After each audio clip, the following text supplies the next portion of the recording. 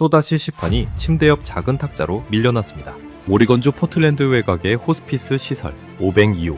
제가 담당하던 환자 김에스터 씨는 그날도 천천히 고개를 옆으로 돌렸습니다. 흰죽도 으깬 감자도 차갑게 식어가는 영양보충 음료도 그녀의 마른 입술을 넘지 못했습니다. 그날로 꼬박 10하루째였습니다. 10하루 동안 그녀는 단 한 숟갈도 단 한 모금도 삼키지 못했습니다. 숟가락을 입가에 대면 그녀는 미안하다는 듯 눈을 감았고 저는 그 다친 눈꺼풀 앞에서 매번 무너졌습니다. 저는 마거리 도일입니다. 이 일을 18년 했습니다.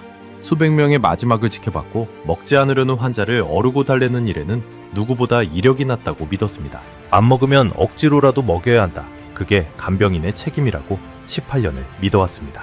그런데 그날 저는 침대 발치에 가만히 선 채 아무것도 할 수 없는 제 두 손만 멍하니 내려다보고 있었습니다. 바로 그때였습니다. 복도 끝 가족들이 쓰는 작은 부엌 쪽에서 한 번도 맡아본 적 없는 냄새가 흘러나왔습니다.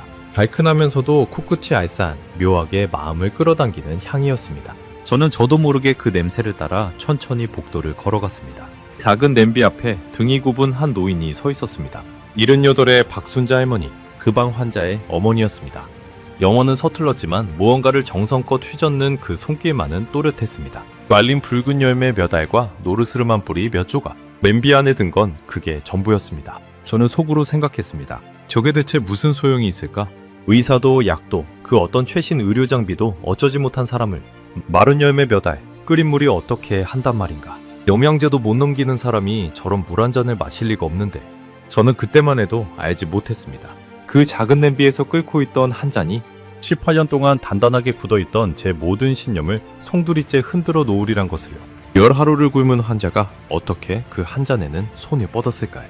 약도 아니고 영양제도 아닌 그 차 한 잔이 어떻게 떠나는 사람과 그 곁을 지키던 저를 동시에 바꿔놓았을까요? 지금부터 그 이야기를 들려드리겠습니다. 영상 시작 전 구독과 좋아요로 대한민국의 미래를 응원해주세요. 사람들은 제가 따뜻한 사람일 거라고 생각합니다. 죽음을 앞둔 이들의 곁을 지키는 일을 하니까요. 하지만 솔직히 말씀드리면 저는 그렇지 않았습니다. 적어도 그날 그 차 냄새를 맡기 전까지는요. 18년이라는 시간은 사람의 마음에 굳은 살을 만듭니다. 처음 이 일을 시작했을 때 26의 저는 환자 한 분이 떠날 때마다 화장실에 숨어 울었습니다. 차가운 세면대를 붙잡고 누가 들을세라 입을 틀어막고 울었습니다. 그런데 어느 순간부터 눈물이 나지 않았습니다. 슬픔이 사라진 게 아니었습니다. 그저 그 슬픔을 느낄 자리에 단단한 껍데기가 자라난 것뿐이었죠. 그래야 다음날 또 출근할 수 있었으니까요. 그래야 무너지지 않고 버틸 수 있었으니까요. 40이 넘어서면서 저는 거의 기계처럼 일했습니다. 아침 7시에 출근해 침대 시트를 갈고 약을 나누고 시판을 드리고 차트를 채우고 퇴근했습니다. 집에 돌아오면 텅 빈 주방에 서서 인스턴트 수프를 데워 먹었습니다.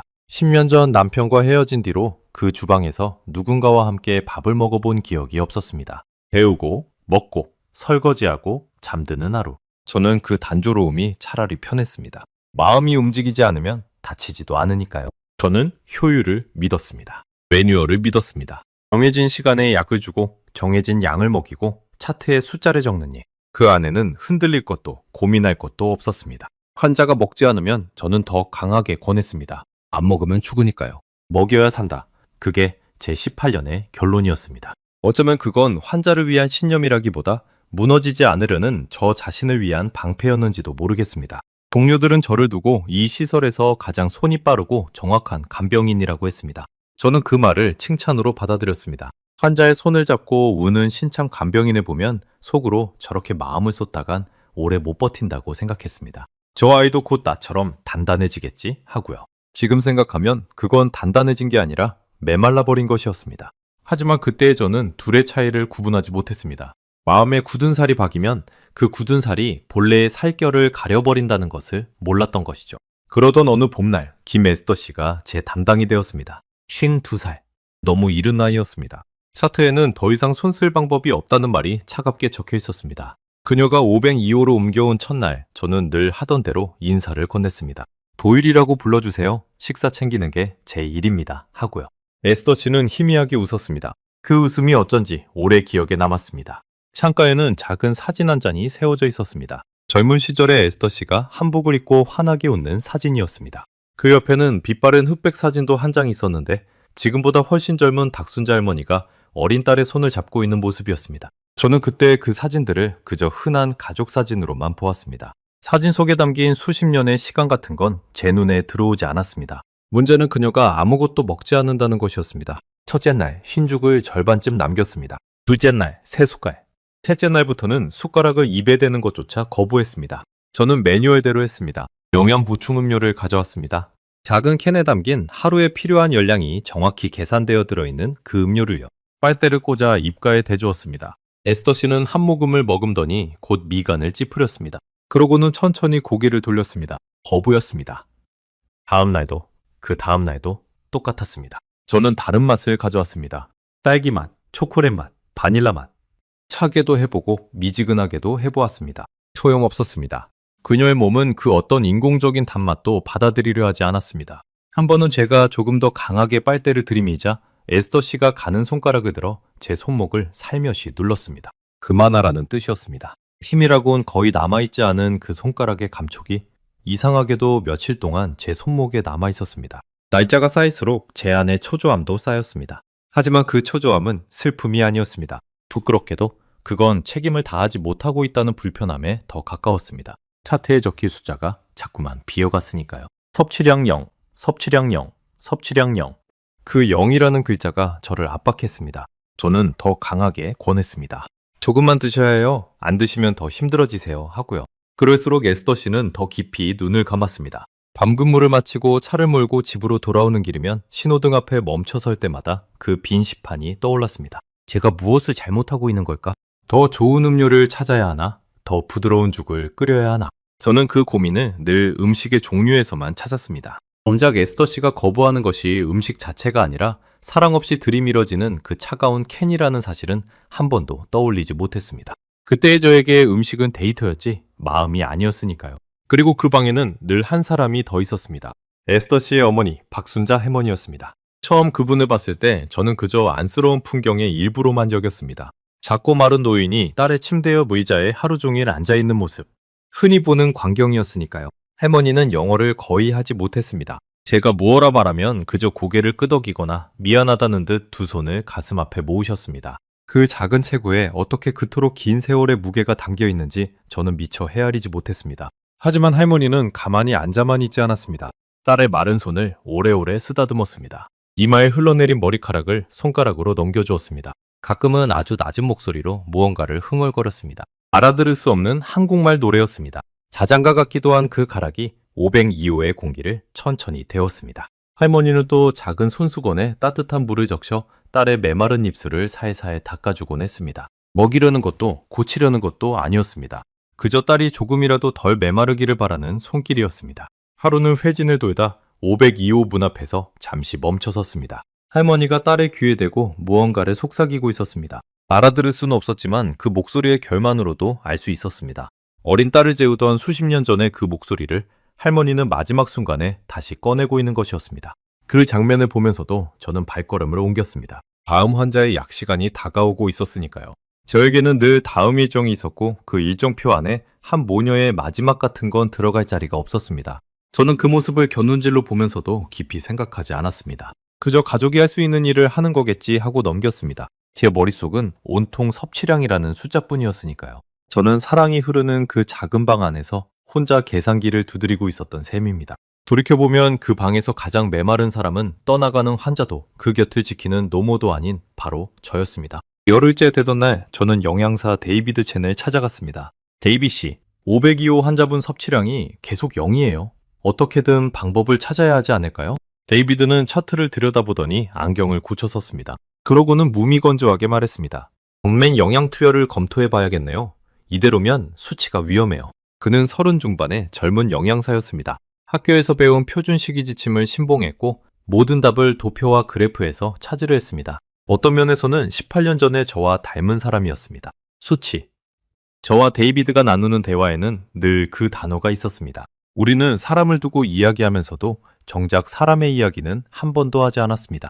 칼로리가 몇이고 단백질이 몇 그램이고 수분 섭취가 부족하고 그 숫자들 너머에 한 사람의 평생이 그 사람이 사랑했던 맛과 향과 기억이 통째로 들어있다는 것을 우리는 떠올리지 못했습니다. 그날 저는 빈 시판을 들고 502호를 나서며 생각했습니다.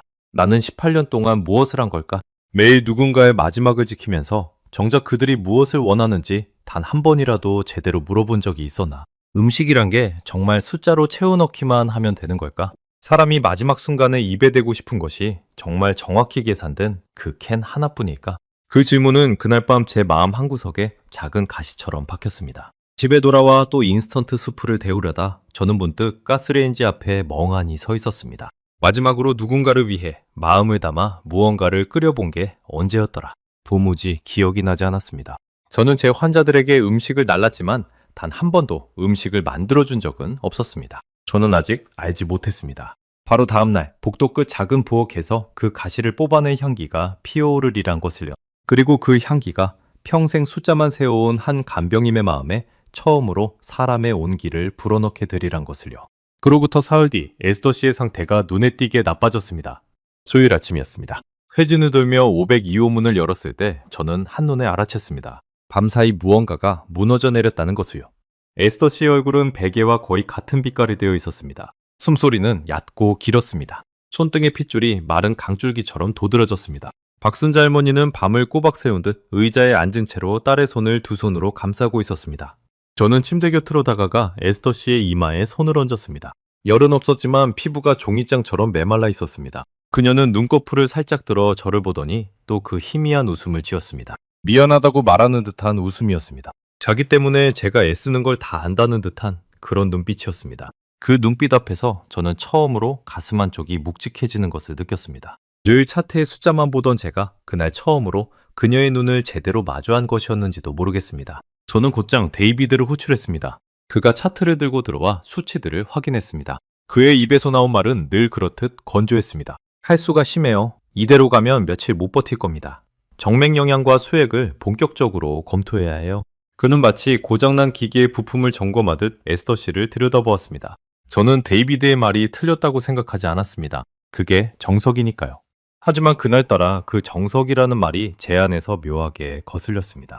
우리가 지금 살리려는 게 사람인가 아니면 차트의 숫자인가? 그 질문이 또 한 번 머리를 스쳤습니다. 저는 애써 그 생각을 밀어냈습니다. 감상에 빠질 여유는 없었으니까요. 제 일은 정해진 절차를 밟는 것이었습니다. 그런데 그날 아침 에스더 씨가 저를 보며 지었던 그 미안한 웃음이 자꾸만 떠올랐습니다. 정맥에 바늘을 꽂고 수액줄을 연결하고 모니터를 붙이면 그녀의 수치는 며칠 더 버틸 수 있을 겁니다. 하지만 그게 정말 그녀가 원하는 마지막일까? 18년 동안 저는 단 한 번도 그런 질문을 스스로에게 던진 적이 없었습니다. 절차는 절차일 뿐 거기에 환자의 마음이 들어설 자리는 없다고 믿었으니까요. 그런데 이번만큼은 그 믿음이 자꾸만 흔들렸습니다.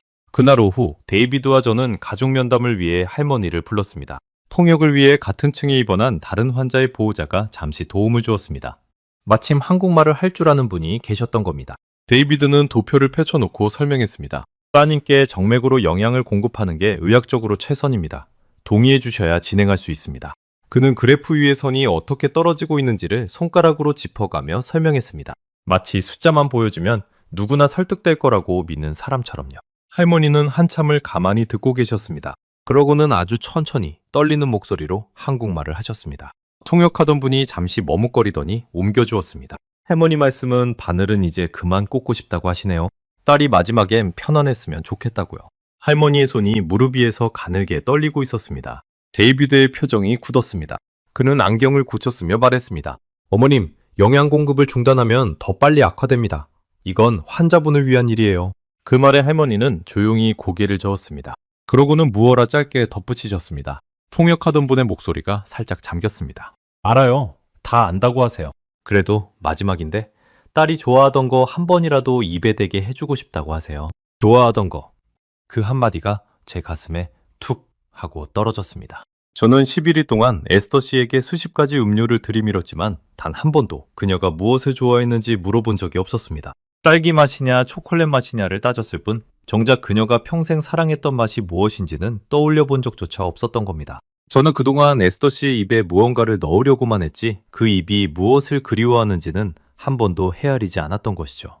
면담은 결론 없이 끝났습니다. 데이비드는 답답하다는 듯 서류를 챙겨나갔습니다. 비합리적이에요. 가족 마음은 이해하지만 이건 환자를 방치하는 거나 다름없어요. 하고 복도에서 중얼거렸습니다. 저는 그 말에 반박하지 못했습니다. 다만 무언가가 제 안에서 자꾸만 어긋나는 느낌이 들었습니다. 머리는 데이비드가 옳다고 하는데 가슴 한구석은 자꾸만 할머니 쪽으로 기울었습니다. 그날 밤 저는 야간 근무였습니다. 시설의 불이 하나둘 꺼지고 복도에는 비상등의 흐릿한 빛만 남았습니다. 대부분의 환자가 잠든 고요한 시간. 저는 간호 스테이션에 앉아 식어버린 커피를 마시며 차트를 정리하고 있었습니다. 그때였습니다. 누군가가 조심스럽게 제 곁으로 다가왔습니다. 박순자 할머니였습니다. 할머니는 작은 비닐봉지 하나를 가슴에 안고 계셨습니다. 그러고는 더듬더듬 미리 외워온 듯한 영어로 말씀하셨습니다. 부엌 조금 써도 될까요? 한 단어 한 단어가 마치 무거운 돌을 들어 옮기는 것처럼 느껴졌습니다. 손짓으로 무언가를 끓이는 신용을 하셨습니다. 저는 잠시 어리둥절했습니다. 이 시간에 부엌을요? 할머니가 안고 있던 봉지를 살짝 열어 보이셨습니다. 그 안에는 쪼글쪼글하게 마른 붉은 열매 한 줌과 노르스름한 뿌리 몇 조각이 들어있었습니다. 저는 그게 무엇인지 알지 못했습니다. 그저 한국에서 가져온 어떤 약재 같은 것이려니 짐작했을 뿐입니다. 머릿속에서는 즉각 규정이 떠올랐습니다. 가족이 외부 식재료를 시설 부엌에서 조리하는 건 위생지 침상 권장되지 않는다는 것을요. 거절해야 한다는 생각이 먼저 들었습니다. 18년 동안 몸에 밴 그 절차의 감각이 저도 모르게 입을 열게 만들 뻔했습니다. 바로 그때 마침 야간 점검을 돌던 데이비드가 그 광경을 보고 다가왔습니다. 그는 봉지 안을 들여다보더니 곧장 고개를 저었습니다. 안 됩니다. 출처를 알 수 없는 식재료는 조리하실 수 없어요. 위생 규정이에요. 할머니는 데이비드의 단호한 표정 앞에서 어깨를 움츠리셨습니다. 그 작은 몸이 더 작아 보였습니다. 할머니는 봉지를 다시 가슴에 끌어안고는 미안하다는 듯 고개를 숙이셨습니다. 봉지를 쥔 손끝이 하얗게 변할 만큼 힘이 들어가 있는 것을 저는 보았습니다. 그 손은 거절당하는 데 익숙해진 손이었습니다. 낯선 나라에서 낯선 말로 딸의 마지막을 지키느라 수없이 고개를 숙여온 손이었습니다. 그 모습을 보는 순간 제 안에서 무언가가 움직였습니다. 저는 데이비드를 향해 말했습니다. 데이비 씨, 잠깐만요. 제 입에서 나온 말에 저 자신도 놀랐습니다. 그냥 차예요. 끓인 물에 우려내는 차. 약도 아니고 다른 환자분께 드리는 것도 아니에요. 당신 어머니가 마지막으로 딸한테 해주고 싶은 거라면 우리가 그걸 막을 권리가 있을까요? 데이비드는 당황한 얼굴로 저를 보았습니다. 도일 씨, 규정은 규정이에요. 저는 그를 똑바로 마주보며 말했습니다. 알아요. 그런데 우리가 11일 동안 규정대로 한 결과가 섭취량 0이잖아요. 책임은 제가 질게요. 제가 왜 그런 말을 했는지 그 순간에는 저도 알지 못했습니다. 어쩌면 면담 때 들었던 그 말, 딸이 좋아하던 거 한 번이라도 하던 그 목소리가 제 안에 아직 남아있었기 때문인지도 모르겠습니다. 어쩌면 텅 빈 제 집 주방이 마지막으로 누군가를 위해 무언가를 끓여본 게 언제였는지 기억나지 않던 그 밤이 떠올랐기 때문일 수도 있고요. 데이비드는 한참을 망설이다가 결국 한숨을 내쉬며 물러섰습니다. 단 한 번뿐입니다 하고 못 박으면서요. 저는 할머니를 복도 끝 작은 부엌으로 안내했습니다. 할머니의 주름진 손이 비닐봉지를 푸는 동안 저는 옆에 서서 그 손끝을 가만히 바라보았습니다. 할머니는 마른 붉은 열매를 흐르는 물에 정성껏 씻었습니다. 하나하나 마치 보석을 다루듯 조심스러웠습니다. 그러고는 노르스름한 뿌리의 껍질을 작은 칼로 얇게 벗겨냈습니다. 그 손놀림에는 수십 년 동안 반복해온 사람만이 가질 수 있는 익숙함이 배어 있었습니다. 저는 그 모습을 보며 문득 궁금해졌습니다. 저 붉은 열매와 노란 뿌리는 대체 무엇일까? 그리고 할머니는 어떤 마음으로 저 먼 한국에서 이것들을 챙겨 이 머나먼 나라까지 가져온 것일까? 비행기를 타고 태평양을 건너오는 그 긴 시간 동안 할머니의 가방 한 구석에는 딸에게 끓여줄 차 한 잔의 재료가 들어있었던 셈입니다. 그 사실이 어쩐지 제 마음을 묵직하게 눌렀습니다. 그때까지만 해도 저는 생각했습니다. 저 마른 열매 몇 알이 끓은 물 한 잔이 무엇을 바꿀 수 있겠는가? 11일을 굶은 사람이 영양제도 거부한 사람이 냄비에 물이 끓기 시작하고 할머니가 씻어둔 재료를 천천히 넣자 부엌 안에 처음 맡아보는 향이 번지기 시작했습니다. 달큰하면서도 알싸한, 코끝을 간지리면서도 마음 어딘가를 건드리는 묘한 냄새였습니다. 그러나 잠시 후 그 작은 부엌에서 피어오른 그 향기가 제가 18년간 믿어온 모든 것을 뒤흔드는 첫 신호가 되리란 것을 그날에 저는 짐작조차 하지 못했습니다. 차가 다 끓는 데는 1시간이 넘게 걸렸습니다. 할머니는 처음에는 센 불에서 물을 끓이다가 보글보글 끓어오르자 불을 약하게 줄였습니다. 그러고는 그 앞에 작은 의자를 끌어다 앉아 냄비를 가만히 들여다보았습니다. 서두르는 기색이라고는 없었습니다. 마치 그 1시간이 딸에게 줄 차를 위해 마땅히 치러야 하는 의식이라도 되는 듯했습니다. 저는 옆에서 그 모습을 지켜보다 문득 제가 18년 동안 환자에게 무언가를 1시간씩 정성 들여 준비해 본 적이 없다는 사실을 깨달았습니다. 저의 음식은 늘 데우면 끝이었으니까요. 봉지를 뜯고 전자레인지에 돌리고 빨대를 꽂으면 그만이었습니다. 그 모든 과정에 채 3분이 걸리지 않았습니다. 기다리는 동안 할머니는 가끔 긴 나무 숟가락으로 냄비를 천천히 저었습니다. 그 손길에는 어떤 조급함도 없었습니다. 오히려 그 긴 기다림 자체를 딸을 향한 마음으로 채우고 있는 것처럼 보였습니다. 저는 그제야 알 것 같았습니다. 할머니가 끓이고 있는 것은 단순한 차가 아니라 시간이었습니다. 딸과 함께 보낼 수 있는 마지막 시간을 한 방울 한 방울 우려내고 있는 것이었습니다. 저는 그 옆에 가만히 서서 끓고 있는 냄비를 함께 들여다보았습니다. 평소 같았으면 다음 환자의 약 시간을 떠올리며 시계를 봤을 저였습니다. 하지만 그 새벽만큼은 이상하게도 시간이 아깝지 않았습니다. 그 1시간 동안 저는 아무것도 하지 않았지만 어쩌면 18년 중 가장 의미 있는 1시간을 보내고 있었는지도 모릅니다. 무언가가 천천히 끓어 완성되기를 기다리는 일. 그 단순한 기다림 속에 제가 그동안 잃어버렸던 무언가가 있다는 것을 저는 어렴풋이 느끼고 있었습니다. 부어가는 향이 점점 짙어졌습니다. 처음에는 알싸하던 냄새가 시간이 지날수록 둥글고 달큰해졌습니다. 붉은 열매가 물속에서 천천히 풀어지며 국물에 진한 갈색이 번졌습니다.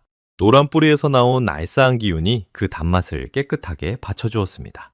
저는 저도 모르게 코를 깊이 들이쉬었습니다.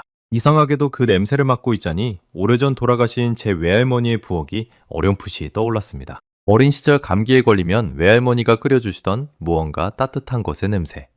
정확히 무엇이었는지는 기억나지 않았지만 그 온기만은 가슴 깊은 곳에 남아있었던 것이죠. 향이라는 것이 이렇게 사람을 수십 년 전으로 데려갈 수 있다는 것을 저는 그날 처음 실감했습니다. 잊었다고 믿었던 기억이 냄새 하나에 이렇게 선명하게 되살아날 줄은 몰랐었습니다.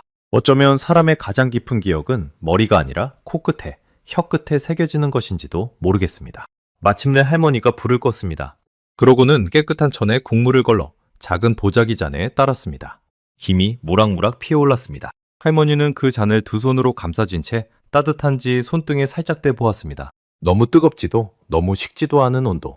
딸의 입에 닿을 그 온도를 할머니는 손끝으로 가늠하고 있었던 겁니다. 그 잔을 따르는 손이 미세하게 떨리고 있었습니다. 그것은 추워서가 아니라 너무 오래 참아온 간절함이 손끝까지 차올랐기 때문이었습니다. 할머니는 잔을 옮기다 말고 잠시 그 자리에 멈춰서서 김이 오르는 차를 가만히 내려다보았습니다. 그 짧은 순간 할머니의 얼굴에는 수십 년의 시간이 스쳐가는 듯 했습니다. 어쩌면 어린 딸에게 이 차를 처음 끓여주던 날을, 어쩌면 딸을 이 먼 나라로 시집 보내던 날을 떠올리고 계셨는지도 모릅니다. 저는 그 옆모습을 보며 차마 아무 말도 건넬 수 없었습니다. 그 침묵 안에 담긴 무게를 함부로 깨트리고 싶지 않았으니까요. 우리는 함께 502호로 향했습니다. 새벽 1시가 가까운 시각이었습니다. 복도는 고요했고 우리 세 사람의 발소리만 나직하게 울렸습니다. 데이비드도 어느새 뒤따라왔습니다. 입으로는 주정 운운했지만 그 역시 궁금했던 모양입니다. 과연 저 차 한 잔이 무슨 의미가 있을지를요. 그는 팔짱을 낀 채 회의적인 표정을 애써 감추지 않았습니다. 11일을 굶은 환자가 차 한 잔에 반응할 리 없다는 그의 확신이 그 굳은 표정에 그대로 드러나 있었습니다. 솔직히 그건 저 역시 다르지 않았습니다. 병실 문을 열자 에스더 씨는 얕은 잠에 빠져 있었습니다. 할머니가 침대 곁으로 다가가 딸의 어깨를 아주 부드럽게 흔들었습니다. 그러고는 귓가에 한국말로 무어라 속삭였습니다. 알아들을 수는 없었지만 그 끝에 차라는 단어 비슷한 발음이 섞여 있었습니다. 에스더 씨가 천천히 눈을 떴습니다. 그리고 그 순간 저는 18년 만에 처음 보는 표정을 목격했습니다. 코로 향이 닿자 에스더 씨의 흐릿하던 눈동자가 또렷해졌습니다. 미간이 살짝 움직이고 메말랐던 입술이 작게 벌어졌습니다. 그것은 거부의 표정이 아니었습니다. 무언가를 알아본 사람의 표정이었습니다. 마치 아주 오래전 잃어버린 무언가를 다시 만난 듯한 그런 눈빛이었습니다. 저는 침대 발치에 선 채 숨을 죽였습니다. 영양음료 캔을 들이밀 때마다 고개를 돌리던 그녀가 그 차의 냄새 앞에서는 오히려 고개를 살짝 들었던 겁니다. 나중에야 한 사실이지만 그 향은 에스더 씨에게 단순한 냄새가 아니었습니다. 그것은 그녀가 어린 시절 한국에서 자라며 수도 없이 맡았던 향이었습니다. 감기에 걸린 밤이면, 시험을 앞두고 잠 못 이루던 새벽이면 어머니가 늘 끓여주던 바로 그 차의 향. 그 향은 그녀의 몸이 아니라 기억에 새겨져 있었던 겁니다. 그래서 그녀의 입은 거부하지 못했습니다. 그건 음식에 대한 반응이 아니라 평생을 함께한 사랑에 대한 반응이었으니까요. 할머니가 잔을 입가에 가져다 댔습니다. 저는 또 거부당할 거라고 거의 확신했습니다. 11일이었으니까요. 어떤 음식도 어떤 영양제도 넘기지 못한 11일. 제 안에 차가운 계산이 속삭였습니다. 안 될 거야. 마음만 위로받고 끝나겠지. 저는 무의식 중에 다음 절차를 떠올리고 있었습니다. 차도 실패하면 결국 정맥 영양으로 갈 수밖에 없겠구나 하고요. 그런데 에스더 씨가 천천히, 아주 천천히 입술을 열었습니다. 한 모금, 작은 한 모금이 그녀의 목을 넘어갔습니다. 저는 제 눈을 의심했습니다. 심장이 한 박자 멎었다가 다시 빠르게 뛰기 시작했습니다. 그녀가 잠시 멈추더니 다시 한 모금을 삼켰습니다. 그러고는 또 한 모금. 영양음료엔 꿈쩍도 않던 그 입이 어머니가 끓인 차 앞에서는 스스로 열리고 있었습니다. 11일 만이었습니다. 11일 만에 그녀가 처음으로 무언가를 제 의지로 삼킨 것이었습니다. 삼킬 때마다 에스더 씨의 목을대가 작게 움직였습니다. 저는 그 작은 움직임에서 눈을 뗄 수 없었습니다. 18년 동안 수없이 보아온 평범한 동작이었지만 그날만큼은 그것이 기적처럼 보였습니다. 사람이 무언가를 삼킨다는 것, 그 단순한 일이 이토록 큰 의미를 가질 수 있다는 것을 저는 그제야 깨달았습니다. 그날 밤 에스더 씨는 그 작은 잔의 절반을 비웠습니다. 절반. 영양학적으로 따지면 아무것도 아닌 양이었습니다. 칼로리로 환산하면 한 줌도 안 되는 양. 데이비드의 차트에라면 거의 의미 없는 숫자로 적혔을 양이었습니다. 하지만 저는 그 절반이 제가 18년 동안 채워넣은 그 어떤 가득 찬 식판보다 무겁게 느껴졌습니다. 그건 미장을 채우는 양이 아니라 마음을 채우는 양이었으니까요. 차를 마신 뒤 에스더 씨의 표정이 한결 편안해졌습니다. 그녀는 어머니의 손을 잡고 아주 희미하게 웃었습니다. 미안하다는 웃음이 아니었습니다. 처음으로 편안한 웃음이었습니다. 할머니의 주름진 눈가에 눈물이 천천히 차올랐습니다. 하지만 할머니는 울지 않았습니다. 그저 딸의 손을 더 꼭 잡고 그 낮은 자장가를 다시 흥얼거리기 시작했습니다. 그 가락이 502호의 공기를 따뜻하게 적셨습니다. 저는 그 광경 앞에서 발이 묶인 듯 움직일 수 없었습니다. 옆에 선 데이비드도 마찬가지였습니다. 그는 차트를 들고 있던 손을 어느새 아래로 떨군 채 멍하니 그 모습을 바라보고 있었습니다. 그의 입에서 작은 혼잣말이 새어나왔습니다. 어떻게 이런 일이... 그 한마디에 우리 두 사람의 모든 당혹감이 담겨 있었습니다. 평생 도표와 수치만 믿어온 두 사람이 그 어떤 도표로도 설명할 수 없는 장면 앞에 나란히 서 있었던 겁니다. 데이비드는 한동안 말이 없었습니다. 그러다 조용히 병실을 나갔습니다. 그가 나가면서 차트에 아무것도 적지 않았다는 것을 저는 나중에 알아챘습니다. 어쩌면 그 순간만큼은 그도 이 일을 숫자로 옮기는 것이 부질없다는 것을 느꼈는지도 모르겠습니다. 평소에 그라면 분명 섭취량 절반, 종류 미상 음료 하는 식으로 깔끔하게 기록했을 겁니다. 하지만 그날 밤 그가 본 것은 차트의 칸에 담을 수 없는 무엇이었습니다. 어머니와 딸이 차 한 잔을 사이에 두고 나눈 그 침묵의 시간은 어떤 숫자로도 측정되지 않는 것이었으니까요. 그날 새벽, 근무를 마치고 집으로 돌아오는 길은 유난히 길게 느껴졌습니다. 공이 트기 직전에 회색빛 하늘 아래 저는 운전대를 잡은 채 자꾸만 그 장면을 곱씹었습니다. 영양음료 한 캔에는 하루치 열량이 정확히 들어있습니다. 단백질도 비타민도 무기질도 빠짐없이요. 반면 그 차 한 잔에는 영양학적으로 보면 거의 아무것도 들어있지 않았습니다. 그런데 환자가 손을 뻗은 쪽은 후자였습니다. 가득 찬 캔이 아니라 거의 비어있는 차 한 잔이었습니다. 신호등 앞에 멈춰 설 때마다 저는 그 두 가지를 머릿속에 나란히 올려놓고 저울질했습니다. 한쪽에는 완벽하게 계산된 영양음료가, 다른 한쪽에는 마른 열매와 뿌리를 1시간 넘게 끓인 차 한 잔이 있었습니다. 과학은 분명 전자의 손을 들어줄 것이었습니다. 하지만 떠나가는 한 사람은 후자를 택했습니다. 그 차이는 대체 어디에서 오는 걸까? 저는 운전하는 내내 그 답을 찾으려 애썼지만 손에 잡힐 듯 잡히지 않았습니다. 집에 도착해 텅 빈 주방에 들어섰을 때 저는 한참 동안 식탁 앞에 앉아 있었습니다. 잠이 오지 않았습니다. 제 머릿속에서는 같은 질문이 끝없이 맴돌았습니다. 그 차에는 대체 무엇이 들어있었던 걸까? 약효는 아니었습니다. 그건 분명했습니다. 영양도 아니었습니다. 그렇다면 무엇이 11일을 굶은 사람의 닫힌 입을 열게 한 걸까? 저는 늘 그래왔듯 인스턴트 수프를 데우려고 찬장을 열었습니다. 그런데 그날따라 그 봉지에 손이 가지 않았습니다. 봉지를 뜯고 데우고 후루룩 마시는 그 3분짜리 식사가 그날따라 너무 초라하게 느껴졌습니다. 누군가가 나를 위해 1시간을 들여 무언가를 끓여준 적이 마지막으로 언제였던가? 그리고 나는 누군가를 위해 그렇게 해본 적이 있었던가? 저는 결국 아무것도 먹지 않은 채 식탁에 앉아 창밖에 밝아오는 것을 바라보았습니다. 답은 어렴풋이 떠올랐지만 저는 아직 그것을 또렷한 말로 옮길 수 없었습니다. 다만 한 가지만은 분명했습니다. 제가 18년 동안 믿어온 그 모든 매뉴얼과 수치들이 그 작은 보자기잔 하나 앞에서 처음으로 흔들리고 있다는 것을요. 그리고 저는 그 흔들림의 정체를 다음날 할머니에게 직접 묻기로 마음먹었습니다. 그 차에 무엇이 들어있는지가 아니라 그 차에 무슨 마음이 담겨있는지를요. 그 질문이야말로 18년 동안 한 번도 던져본 적 없는 질문이었습니다. 다음날 오후 저는 작정하고 일찍 출근했습니다. 평소보다 2시간이나 이른 시각이었습니다. 저 자신도 제가 왜 그러는지 정확히 설명할 수 없었습니다. 다만 간밤에 본 그 장면이, 그 차 한 잔이 자꾸만 저를 502호로 끌어당겼습니다. 복도를 걸어가는 제 발걸음이 평소와 달랐습니다. 늘 다음 일정에 쫓겨 빠르게 움직이던 발이 그날만큼은 천천히 무언가를 향해 다가가고 있었습니다. 사실 그날 아침 저는 출근 준비를 하다 말고 한참을 거울 앞에 서 있었습니다. 거울 속에는 18년 동안 같은 일을 반복해온 한 중년 여자가 있었습니다. 눈가에는 깊은 주름이, 입가에는 굳은 표정이 자리 잡고 있었습니다. 저는 그 얼굴을 가만히 들여다보며 생각했습니다. 나는 언제부터 이렇게 메마른 사람이 되었을까? 처음 이 일을 시작했을 때 가졌던 그 마음은 다 어디로 사라진 걸까? 어젯밤에 그 차 한 잔이 잊고 있던 그 질문을 다시 꺼내놓았던 겁니다. 거울 속에 저는 아무 대답도 하지 못한 채 그저 오래도록 제 눈을 마주볼 뿐이었습니다. 502호 문을 열자 닥순자 할머니가 창가에 앉아 딸을 바라보고 있었습니다. 에스더 씨는 자고 있었지만 전날보다 안색이 한결 나아 보였습니다. 입술의 메마름이 조금 가셨고 숨소리도 한결 고르게 들렸습니다. 차 한 잔이 그녀의 몸을 살린 것은 아니었습니다. 하지만 분명 무언가가 달라져 있었습니다. 그것은 몸의 변화가 아니라 표정의 변화였습니다. 고통을 견디던 얼굴에서 평온을 되찾은 얼굴로요. 저는 할머니 곁의 의자에 조심스레 앉았습니다. 그러고는 더듬더듬 천천히 물었습니다. 어제 그 차 무엇으로 만든 건가요?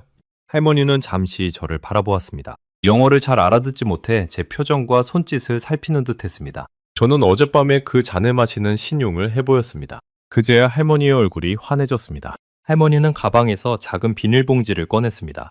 어젯밤 그 마른 붉은 열매와 노란 뿌리였습니다. 할머니는 붉은 열매를 하나 집어 제 손바닥에 올려주었습니다. 손끝이 닿는 순간 할머니의 손이 얼마나 거칠고 따뜻한지 느껴졌습니다. 평생 무언가를 만들고 다듬어온 손이었습니다. 할머니는 서툰 영어와 손짓을 섞어가며 말씀하셨습니다. 이거 대추. 한국, 옛날부터 마응, 편안하게. 그 다음 노란 뿌리를 들어보이며 덧붙였습니다. 이거 생강. 몸 따뜻하게. 배추와 생강. 저는 그 이름을 입속으로 가만히 따라 읊었습니다. 할머니는 두 손을 모아 보이며 더듬더듬 설명을 이어갔습니다. 통역기를 켜고 화면에 한국어를 입력해 제게 보여주기도 했습니다. 그 화면에는 이렇게 적혀 있었습니다. 대추는 놀란 마음을 가라앉히고 잠을 편안하게 합니다. 생강은 차가워진 속을 데우고 막힌 기운을 풀어줍니다. 이 둘은 성질이 다르지만 함께 끓이면 서로를 도와 더 부드러워집니다. 서로 다른 둘이 함께 끓으면 더 부드러워진다. 그 문장이 묘하게 제 마음에 박혔습니다. 한국 사람들은 이 둘의 관계를 오래된 친구 사이에 비유한다고 했습니다. 한쪽이 앞으로 나아가 막힌 길을 뚫으면 다른 한쪽이 뒤에서 그 거친 성질을 부드럽게 다독여준다고요. 저는 그 설명을 들으며 이것이 단순한 음료가 아니라 수백 년에 걸쳐 쌓인 한 민족의 지혜라는 것을 어렴풋이 느꼈습니다. 한국이라는 나라를 저는 그저 자극적인 음식의 나라로만 막연히 떠올려왔습니다. 그런데 그 나라의 부엌에는 떠나는 이를 따뜻하게 배웅하는 이토록 섬세한 마음이 담겨 있었던 겁니다. 할머니는 마른 대추를 손끝으로 쓸어보며 무어라 더 말씀하셨습니다. 통역기가 옮겨준 문장은 이러했습니다. 에스더가 어렸을 때 아프면 늘 이걸 끓여줬어요. 열이 나도 배가 아파도 시험 때문에 잠을 못 자도 그 애는 이 냄새만 맡으면 스르르 잠이 들었죠. 저는 그 말을 들으며 어젯밤 에스더 씨가 차의 향을 맡고 눈을 또렷이 뜨던 그 순간이 떠올랐습니다. 그것은 약효가 아니라 기억이었습니다. 평생을 함께한 어머니의 냄새가 그녀의 다친 마음을 두드린 것이었습니다. 할머니는 잠시 창밖을 바라보더니 다시 통역기에 무언가를 입력하셨습니다. 화면에는 이런 문장이 떠올랐습니다. 우리 딸이 미국에 시집 간다고 했을 때 나는 이 대추하고 생강을 한 보따리 싸줬어요. 멀리 가서 몸 차가워지면 끓여 먹으라고. 그 말 끝에 할머니의 목소리가 가늘게 떨렸습니다. 그 한 보따리의 대추와 생강이 수십 년 동안 태평양 건너 어느 미국 부엌에서 끓고 있었을 것을 생각하니 제 가슴 한쪽이 저릿하게 아려왔습니다. 어머니의 사랑은 그렇게 마른 열매 한 줌에 담겨 바다를 건너고 세월을 건너왔던 겁니다. 저는 다시 물었습니다. 그런데 어머니, 이 차가 따님 병을 낫게 해줄 수 있다고 생각하세요? 제 질문에는 솔직히 약간의 회의가 섞여 있었습니다. 혹시 할머니가 이 차에 어떤 기적 같은 치료 효과를 기대하고 계신 건 아닐까 하는 우려였습니다. 18년 동안 저는 그런 가족들을 종종 보아왔으니까요. 받아들이지 못하고 헛된 희망에 매달리는 가족들을요. 할머니는 제 말을 한참 알아듣더니 천천히 고개를 저으셨습니다.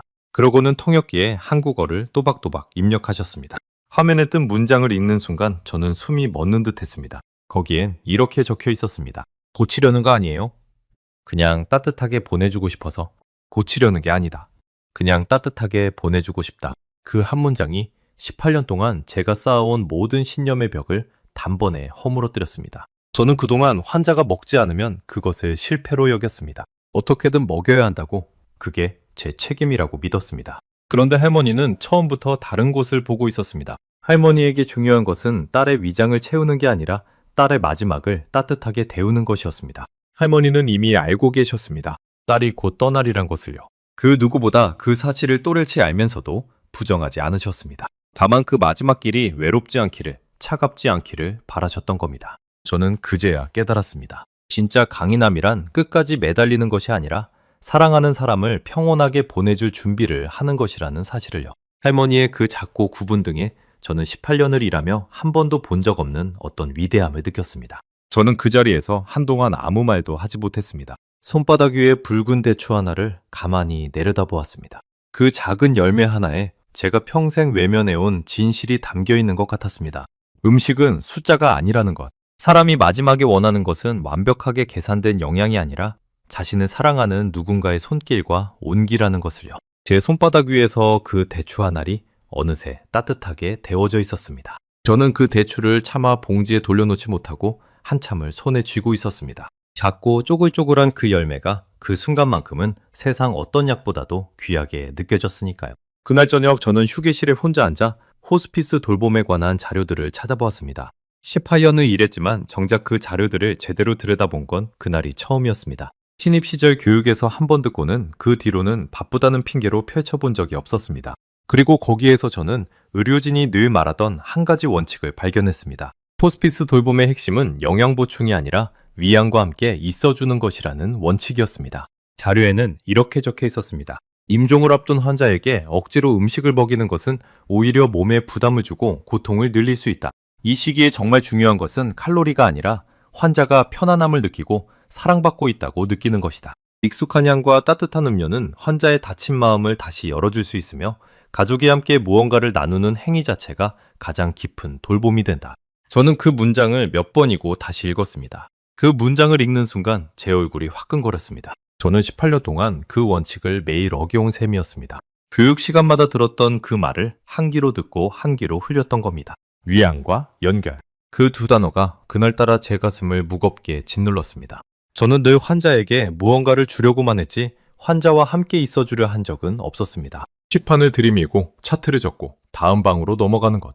그것이 제가 생각한 돌봄의 전부였습니다. 가장 부끄러웠던 것은 그 모든 원칙을 할머니는 책으로 배운 적도 없이 이미 알고 계셨다는 사실이었습니다. 영어도 못하고 의료교육을 받은 적도 없는 78의 노인이 제가 18년간 외면해온 돌봄의 본질을 처음부터 손끝으로 실천하고 있었던 겁니다. 책에 쓰인 위안과 연결이라는 그 차가운 단어가 할머니의 부엌에서는 대추 생강차 한 잔으로 따뜻하게 살아있었습니다. 저는 자격증을 들고도 못한 일을 할머니는 마른 열매 한 줌으로 해내고 계셨던 것이죠. 자료를 덮고 저는 한참을 멍하니 앉아 있었습니다. 영양 보충 음료 한 캔과 어머니가 직접 끓인 차 한 잔. 며칠 전이었다면 저는 한치의 망설임도 없이 캔을 선택했을 겁니다. 그게 합리적이고 그게 정석이니까요. 그런데 이제 저는 그 둘의 차이를 처음으로 이해했습니다. 캔에는 영양이 들어있지만 차에는 사람이 들어있었습니다. 캔에는 계산이 들어있지만 차에는 평생의 사랑이 들어있었습니다. 환자가 손을 뻗은 쪽이 어느 쪽이었는지를 떠올리면 답은 너무나 분명했습니다. 창밖으로는 어느새 어둠이 내려앉아 있었습니다. 저는 식어버린 커피잔을 두 손으로 감싸쥐었습니다. 어젯밤 할머니가 차가 담긴 잔을 그렇게 감싸쥐던 모습이 떠올랐습니다. 손으로 온도를 가늠하던 그 모습. 저는 그동안 환자의 음식 온도를 단 한 번도 손으로 확인해 본 적이 없었습니다. 정해진 온도로 데워 나르면 그만이었으니까요. 그 작은 차이가 돌봄과 처리의 차이라는 것을 저는 그제야 알았습니다. 그날 밤 저는 502호로 다시 향했습니다. 무언가에 이끌리듯이요. 병실 문 앞에 서니 안에서 할머니의 낮은 자장가가 흘러나오고 있었습니다. 저는 문을 열려다 말고 잠시 그 자리에 멈춰 섰습니다.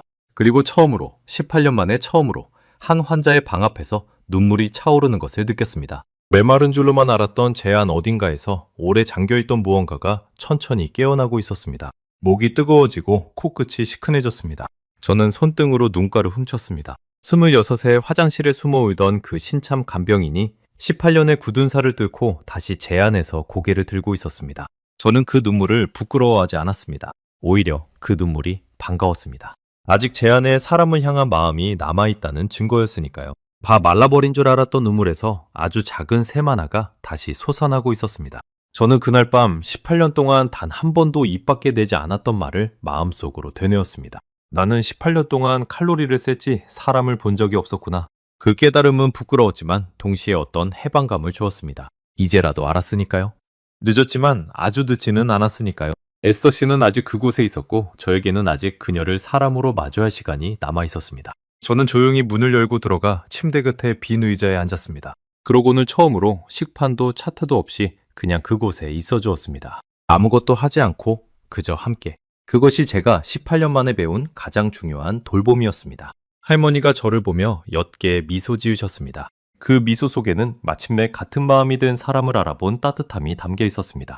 우리는 아무 말도 나누지 않았지만 그 침묵 속에서 처음으로 통하고 있었습니다. 그날 밤 저는 502호에서 오래도록 머물렀습니다. 다음 환자의 약 시간 같은 건 떠올리지 않았습니다. 그저 잠든 에스더 씨의 고른 숨소리를 들으며 할머니가 흥얼거리는 자장가에 귀를 기울였습니다. 알아들을 수 없는 한국말 가락이었지만 그 안에 담긴 마음만은 또렷이 전해졌습니다. 사랑한다는 마음, 그리고 이제 곧 보내줘야 한다는 마음. 그 두 마음이 한 가락 안에 함께 녹아 흐르고 있었습니다. 저는 그 자리에서 18년 동안 한 번도 느껴보지 못한 어떤 충만함을 느꼈습니다. 무언가를 해주어서가 아니라 그저 함께 있어서 얻는 충만함이었습니다. 빈손으로도 채울 수 있는 마음이 있다는 것을 저는 그제 알았습니다. 창밖으로 별이 하나둘 돋아나고 있었습니다. 저는 그 별들을 바라보며 생각했습니다. 어쩌면 사람의 마지막에 필요한 것은 거창한 것이 아닐지도 모른다고.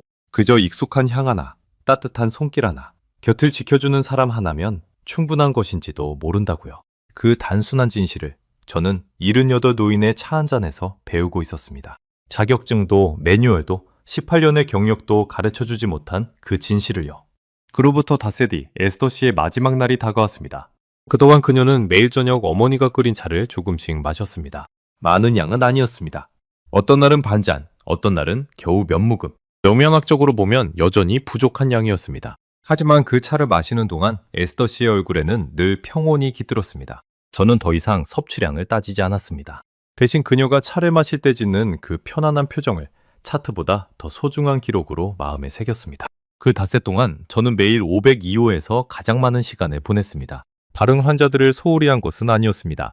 다만 일하는 방식이 달라졌습니다. 시판을 들이밀고 차트를 적은 뒤 서둘러 나가는 대신 저는 잠시라도 환자 곁에 앉아 그들의 이야기에 귀를 기울이기 시작했습니다. 한 할아버지는 평생 바다에서 일한 어부였다고 했습니다. 한 할머니는 손녀의 결혼식을 보지 못하고 떠나는 것이 가장 아쉽다고 했습니다.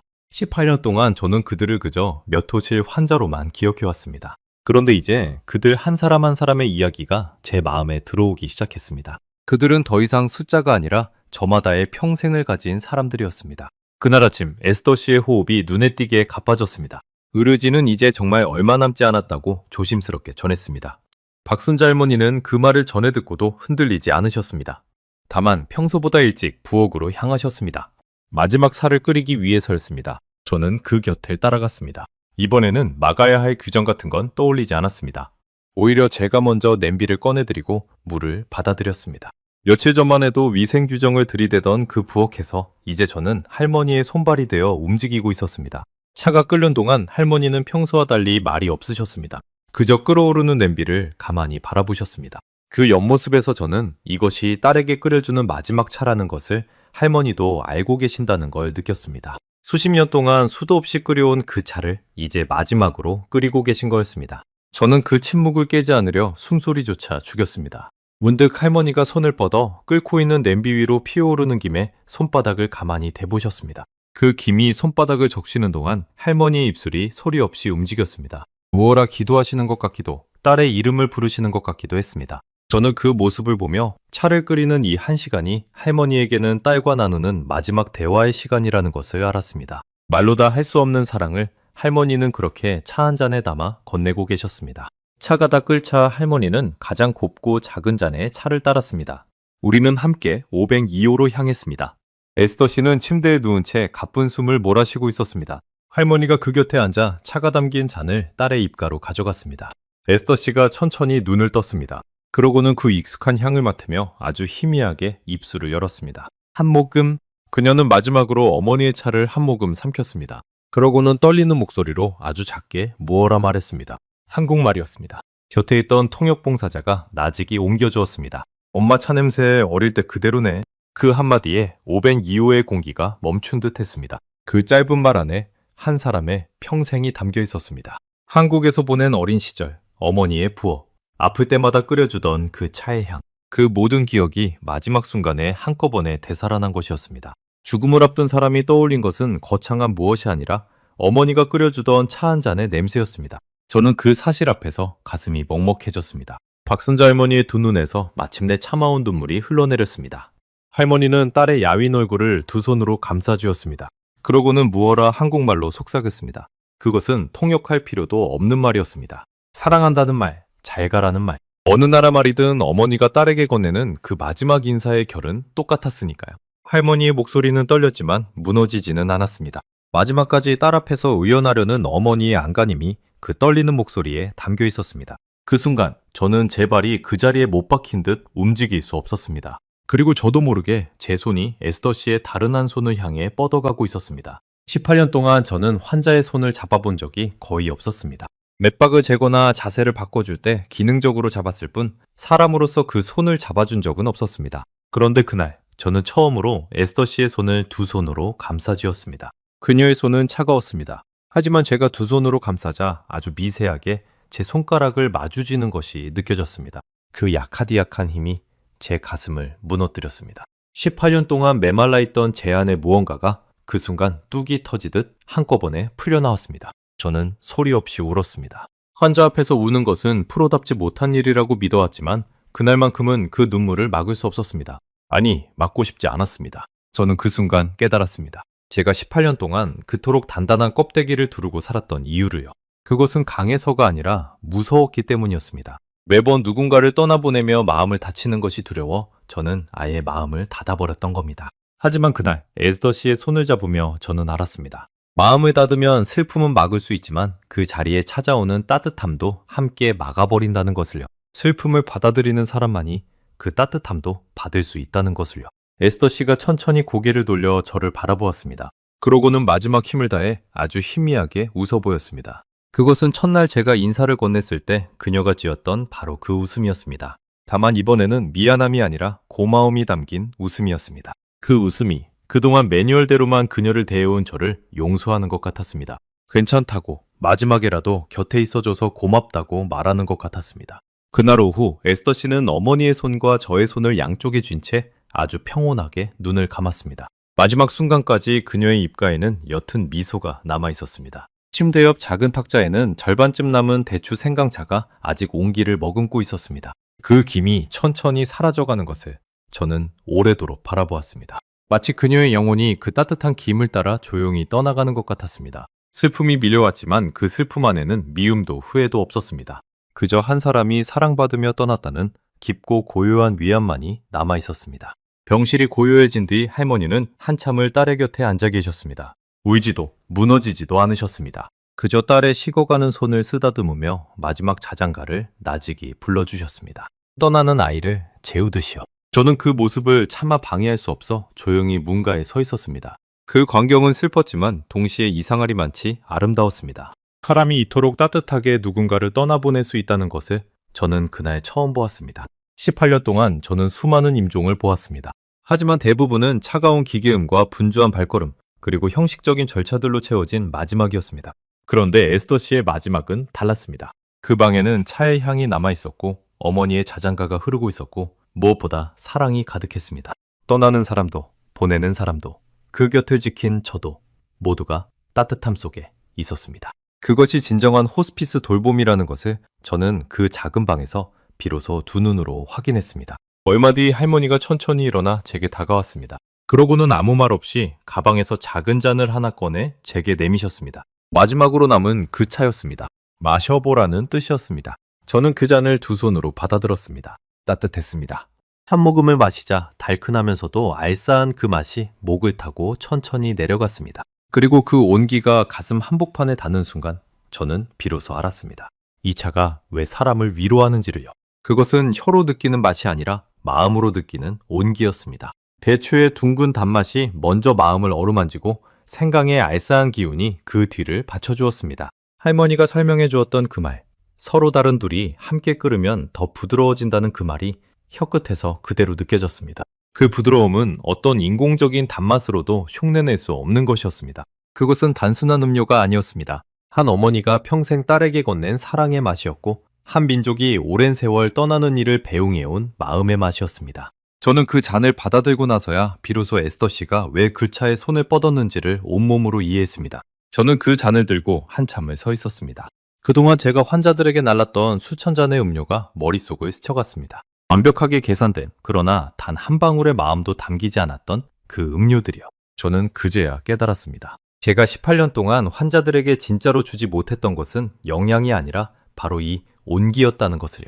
그 깨달음은 늦었지만 그 잔의 온기만큼은 따뜻하게 제 안에 남았습니다. 그리고 그 온기가 그날 이후 저라는 사람을 완전히 다른 간병인으로 바꾸어 놓았습니다. 그날 밤 저는 빈 502호에 한참을 앉아 있었습니다. 침대는 깨끗이 정리되어 있었고 작은 탁자 위에는 에스더 씨가 마지막으로 마신 그 잔이 그대로 놓여 있었습니다. 저는 그 잔을 가만히 들여다보며 생각했습니다. 사람은 떠나도 그 사람을 사랑한 마음은 향기처럼 남는다고. 에스더 씨는 떠났지만 그녀가 마지막에 떠올린 어머니의 차 냄새는 그 방에 그리고 제 마음에 오래도록 남을 거라고요. 그렇게 저는 한 사람의 마지막을 18년 만에 처음으로 제대로 배웅했습니다. 시판에 든 간병인이 아니라 한 사람의 곁을 끝까지 지킨 또 한 사람으로서요. 그로부터 반년이 지났습니다. 지금도 저는 같은 호스피스 시설에서 일하고 있습니다. 같은 복도를 걷고 같은 환자들의 마지막을 지킵니다. 겉보기에 달라진 것은 없어 보일지도 모릅니다.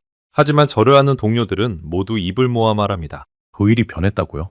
무엇이 달라졌느냐고 물으면 그들은 잘 설명하지 못합니다. 다만 제가 환자들을 대하는 눈빛이, 손길이 예전과 다르다는 것만은 분명히 느낀다고 합니다. 예전에 저는 일을 처리했지만 이제 저는 사람을 돌봅니다. 그 차이를 말로 다 설명할 수는 없어도 환자들은 누구보다 먼저 그것을 알아챕니다. 이제 저는 새 환자를 맞을 때마다 가장 먼저 가족에게 묻습니다. 환자분이 평소에 좋아하시던 음식이 있나요? 함께 나누던 차나 음료가 있나요? 어떤 냄새를 맡으면 편안해 하시나요? 18년 동안 단 한 번도 던지지 않았던 그 질문을 이제 저는 가장 먼저 묻습니다. 그 질문 하나가 환자를 숫자가 아닌 한 사람으로 마주하게 해주는 첫걸음이라는 것을 알았으니까요. 그 질문에 가족들은 처음엔 당황합니다. 호스피스 간병인이 그런 걸 묻는다는 게 낯선 모양입니다. 하지만 이내 그들의 눈빛이 달라집니다. 어떤 보호자는 환자가 평생 좋아하던 고향 음식 이야기를 한참이나 들려주었습니다.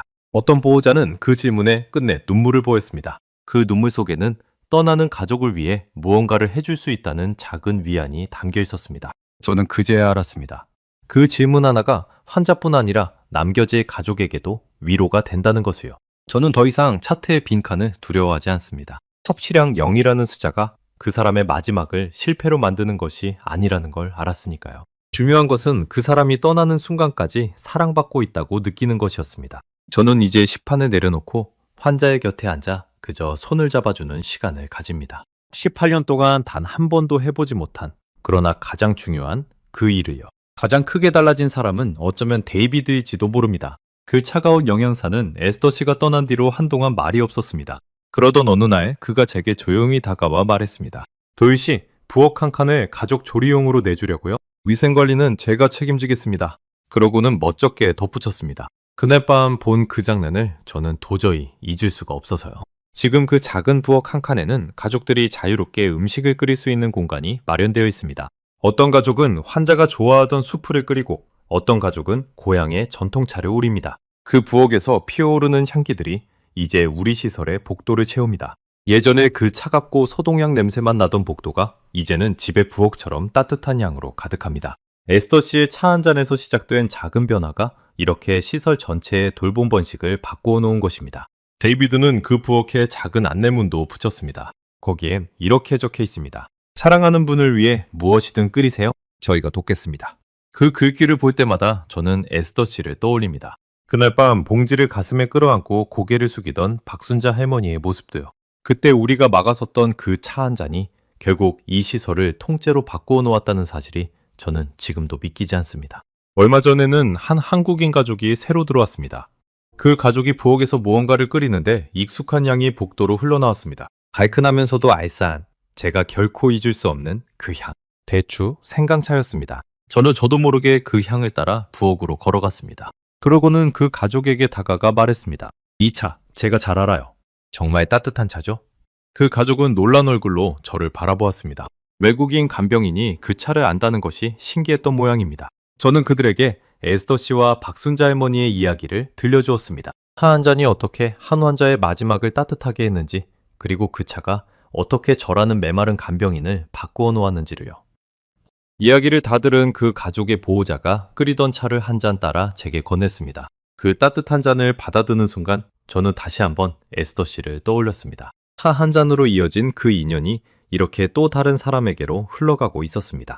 저는 가끔 박순자 할머니를 떠올립니다. 딸을 떠나보낸 뒤 할머니는 한국으로 돌아가셨습니다. 떠나시던 날 할머니는 제 손에 작은 봉지 하나를 쥐어주셨습니다. 그 안에는 마른 배추가 한 줌 들어 있었습니다. 서툰 영어로 할머니는 말씀하셨습니다. 마음 차가울 때 끓여요. 그 한마디가 어떤 위로의 말보다 깊이 제 가슴에 남았습니다. 그 대추 봉지는 지금도 제 집 주방 선반에 놓여 있습니다. 텅 비어있던 인스턴트 수프나 데우던 그 주방이에요. 저는 가끔 마음이 무겁거나 지친 날이면 그 대추를 몇 알 꺼내 생강과 함께 끓입니다. 1시간 넘게 서두르지 않고 천천히요. 부엌에 그 향이 번지는 동안 저는 의자에 앉아 끓어오르는 냄비를 가만히 바라봅니다. 그러면 신기하게도 메말랐던 마음 한구석이 다시 데워지는 것을 느낍니다. 이제 그 주방은 더 이상 외롭지 않습니다. 가끔은 동료들을 초대해 함께 차를 나누기도 합니다. 10년 넘게 혼자 인스턴트 수프를 데워 먹던 그 식탁에 이제 누군가와 함께 마시는 따뜻한 차가 놓입니다.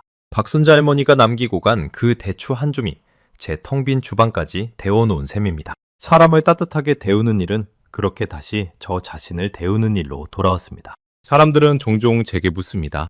정말 차 한 잔이 그렇게 대단한 거냐고요? 그러면 저는 이렇게 대답합니다. 차는 병을 고치지 못해요. 그건 분명합니다. 하지만 떠나는 길을 덜 외롭게 만들 수는 있죠. 그리고 그건 때로는 병을 고치는 것보다 더 중요한 일이라고요.